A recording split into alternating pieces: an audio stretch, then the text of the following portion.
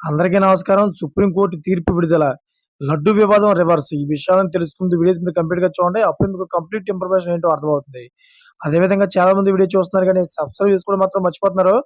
దయచేసి సబ్స్క్రైబ్ చేసుకోండి. సబ్స్క్రైబ్ చేసుకోవడం వల్ల నేను చేసే ప్రతి ఒక్క అప్డేట్ మీరు ముందుగానే పొందగలుగుతారు. అదేవిధంగా చాలా మంది లైక్ చేయడం మర్చిపోతున్నారు. దయచేసి లైక్ చేయండి. లైక్ చేయడం వల్ల ఈ ఇన్ఫర్మేషన్ అనేది మనం చాలా మందికి రీచ్ చేసిన వాళ్ళం అవుతాం. ఇంక లేట్ చేయకుండా వీడియోకి వెళ్ళిపోదాం.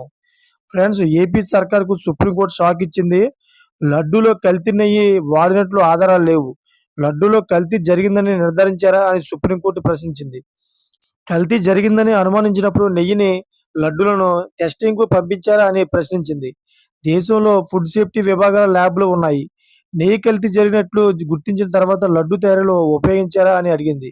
విచారణ జరగకముందే ప్రకటన చేయడం భక్తుల మనోభావాలను దెబ్బతీసినట్లు కాదా అని ప్రశ్నించింది. రాష్ట్ర ప్రభుత్వం తరపున ప్రముఖ న్యాయవాది లోద్రా వాదన వినిపించారు.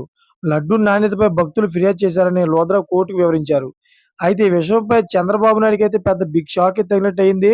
అదేవిధంగా కూటమి ప్రభుత్వం మొత్తం కూడా షాక్ గురైంది. ఎందుకంటే సుప్రీంకోర్టు ఒకేసారి రివర్స్ తీర్పు ఇవ్వడంతో చంద్రబాబు నాయుడు అదేవిధంగా పవన్ కళ్యాణ్ అయితే తీవ్ర షాక్ తెస్తుంది. ఈ విధంగా అయితే ఫ్రెండ్స్ లడ్డు వివాదం రివర్స్ అయింది ఏపీలో. ఫ్రెండ్స్, ఇటువంటి లేటెస్ట్ అప్డేట్స్ కోసం నా ఛానల్ సబ్స్క్రైబ్ చేసుకొని గంట పైన ఆల్ లో పెట్టుకోండి. Thanks for watching friends.